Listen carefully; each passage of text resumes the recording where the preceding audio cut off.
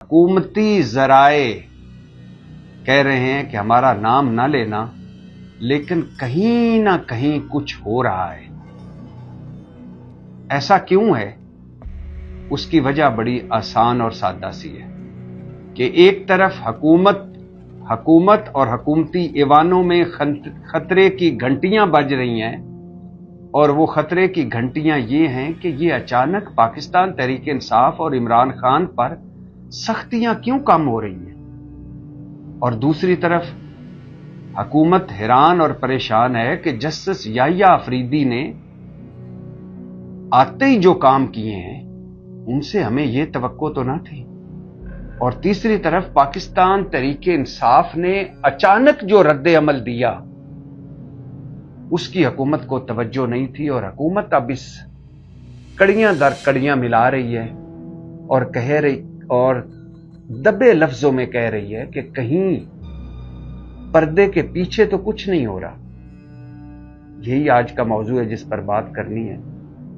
اور بات جیسے میں نے شروع ہی یہاں سے کی کہ حکومتی ایوانوں میں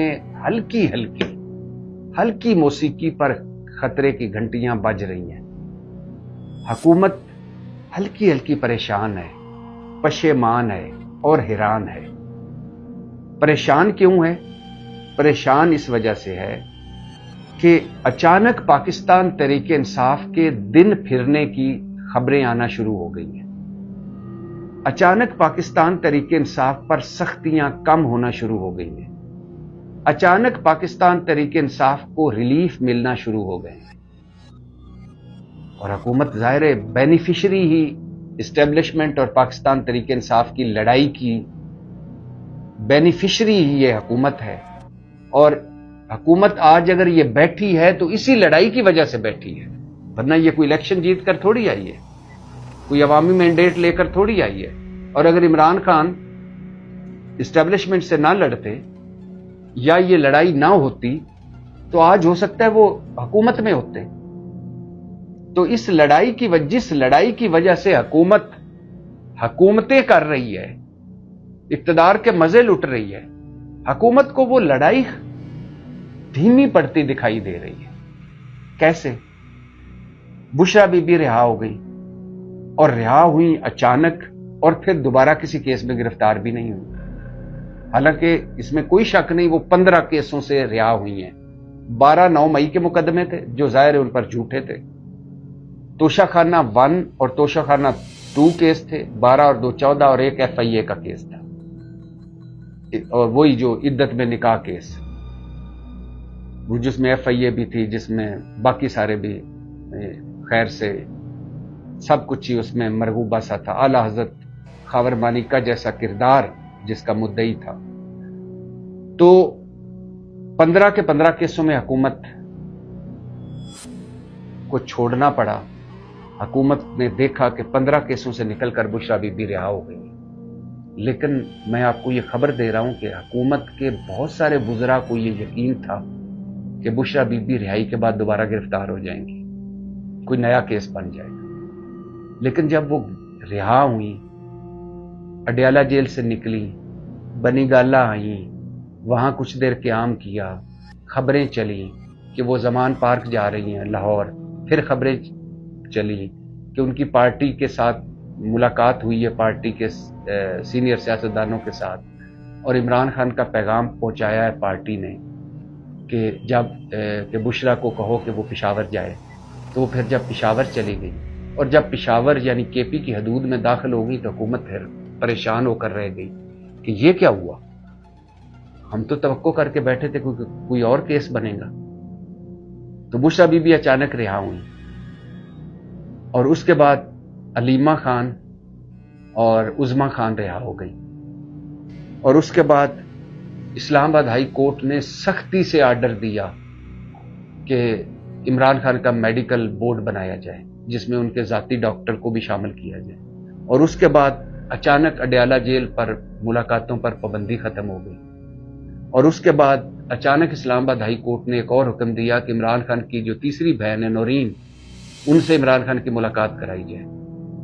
اور اس کے بعد اچانک اڈیالہ جیل سے خبریں آئیں کہ عمران خان کو ایکسرسائز کرنے والی مشین مل گئی ہے، اور اب عمران خان کو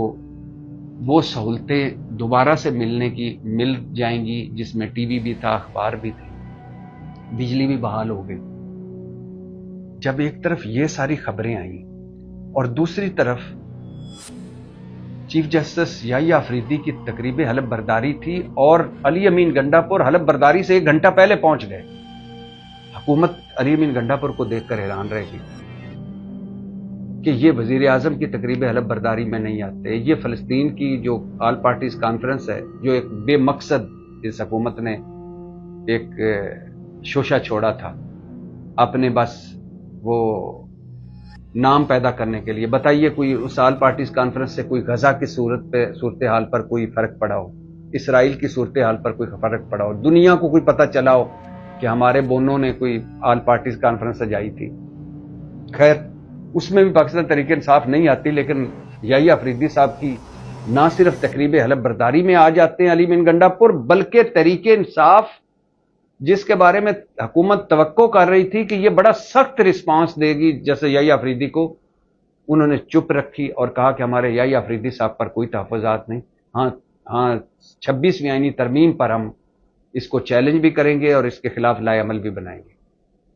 تو حکومت نے کہا کہ یہ ہو کیا رہا ہے؟ اڈیالہ کی طرف ٹھنڈی ہوائیں، بشرا کی طرف ٹھنڈی ہوائیں، علی امین گنڈاپور پہنچ گئے ہیں اور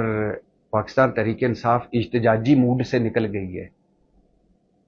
اور پھر خیر سے دوسری طرف جو ہوا وہ حکومت کے لیے پشیمانی والا بھی تھا اور حیرانی والا بھی تھا۔ جیسے یحییٰ آفریدی صاحب نے حلف اٹھایا اور حلف اٹھا کر پہنچے سپریم کورٹ، اور سپریم کورٹ میں انہوں نے امین الدین صاحب جو قاضی فائز عیسیٰ کے لاڈلے تھے ان کو supreme court practice and procedure committee سے نکال کر جسٹس منیب کو ڈال دیا۔ مطلب جیسے یحییٰ آفریدی، جسٹس منصور اور جسٹس منیب اختر اب یہ سپریم کورٹ چلائیں گے۔ حکومت منہ دیکھتی رہ گئی۔ پھر انہوں نے کہا کہ نہیں، آج کے بعد لائیو سماعتیں ہوں گی ہر کیس کی۔ اب کیسز بڑے ہیں میں کچھ، حکومت منہ دیکھتی رہ گئی۔ پھر انہوں نے کہا جو جسٹس منصور علی شاہ صاحب کا ایک مطالبہ تھا فل کورٹ بلائیں، فل کورٹ کا اجلاس بلا لیا۔ پھر انہوں نے سپریم جوڈیشل کونسل کا اجلاس بلا لیا۔ پھر انہوں نے تمام جو دہشت گردی کے ججز تھے ان سے رپورٹس مانگ لی اور ان کو کہا کہ آپ رپورٹس دیں، اور ان کی بھی سنائے کانفرنس ہونے والی ہے۔ تو جب یہ سارا ایک دن میں حکومت نے دیکھا، اڈیالہ کے حوالے سے ایک دن میں حکومت نے دیکھا، علی امین گنڈاپور کو ایک دن کے حوالے سے حکومت نے دیکھا، تو حکومت نے سر جوڑ لیے ہیں، پریشان ہے حکومت۔ ہلکی ہلکی موسیقی پر میں نے کہا ایک خطرے کی گھنٹیاں بج رہی ہیں۔ ہو سکتا ہے یہ حکومت کا ایک وہم ہو سکتا ہے یہ وقتی ہو سارا کچھ، لیکن اس وقت صورتحال حکومت بڑی حیران و پریشان ہے کہ بشرا بی بی کو عین اس وقت جب پاکستان تحریک انصاف میں کوئی فارورڈ بلاک بننے جا رہا تھا یا بنوایا جا رہا تھا اور پارٹی آپس میں لڑ رہی تھی یا لڑوایا جا رہا تھا، اس وقت بشرا نکلتی ہیں، ان کا عمران خان سے رابطہ بحال ہوتا ہے، وہ پشاور بیٹھ جاتی ہیں، ساری پارٹی ان کے ارد گرد جمع ہو جاتی ہے، پارٹی کے اختلافات دھیمے پڑنے شروع ہو جاتے ہیں، فارورڈ بلاک کی باتیں ہوا ہونا شروع ہو جاتی ہیں، بشرا بی بی ہدایات دینا شروع کر دیتی ہیں، اور اس کے بعد عمران خان کی سختیاں کم ہو جاتی ہیں۔ جیسے یحییٰ آفریدی آ کر وہ کام کرتے ہیں جس سے حکومت سوچ بھی نہیں سکتی تھی جو، لہذا حکومت نے سر جوڑ لیے اور حکومت نے ہلکی ہلکی موسیقی پہ کہا کہ ہم 27ویں آئینی ترمیم بھی لائیں گے۔ جی ہاں، نہ صرف 27ویں آئینی ترمیم پر کام شروع ہو گیا ہے بلکہ ابتدائی ملاقاتیں بھی ہو گئی ہیں، ٹیم ایک بیٹھ کر اس کی نوک پلک بھی سنوار رہی ہے، اور بلاول بھٹو اور شہباز شریف بھی آپس میں مل چکے ہیں۔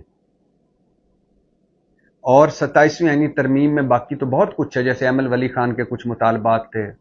کہ خیبر پختونخوا کی بجائے پختونخوا ہونا چاہیے صوبے کا نام، MQM کے تھے کچھ تجاویز تھیں، سندھ کے جو بلدیاتی نظام میں فنڈز کی ڈسٹریبیوشن ہے وہ ہے، لیکن جو مین ہے اس میں ہے 26ویں آئینی ترمیم میں جو سکم رہ گئے ہیں، جو غلطیاں رہ گئی ہیں، حکومت جو سمجھتی ہے کہ غلطیاں ہیں وہ اس میں پوری کی جائیں گی۔ مطلب کیا کہ ہو سکتا ہے آئینی بینچ ایسی ایک ترمیم میں ایسی بھی کوئی 27ویں ترمیم میں ایسی ترمیم لائی جائے کہ آئینی بینچ میں منیب اختر اور منصور علی شاہ نہ شریک، ان میں سے کوئی شریک نہ ہو، اور یا supreme court practice and procedure جو کمیٹی ہے اس میں 5 ججز ہوں، امین الدین بھی آ جائیں اور جمال مندوخیل بھی آ جائیں، اور کچھ جو چیزیں رہ گئی تھی 26ویں ترمیم میں وہ بھی آ جائیں، اور پھر ملٹری کورٹس، فوجی عدالتوں کا قیام بھی 27ویں آئینی ترمیم کا مین جزو ہے۔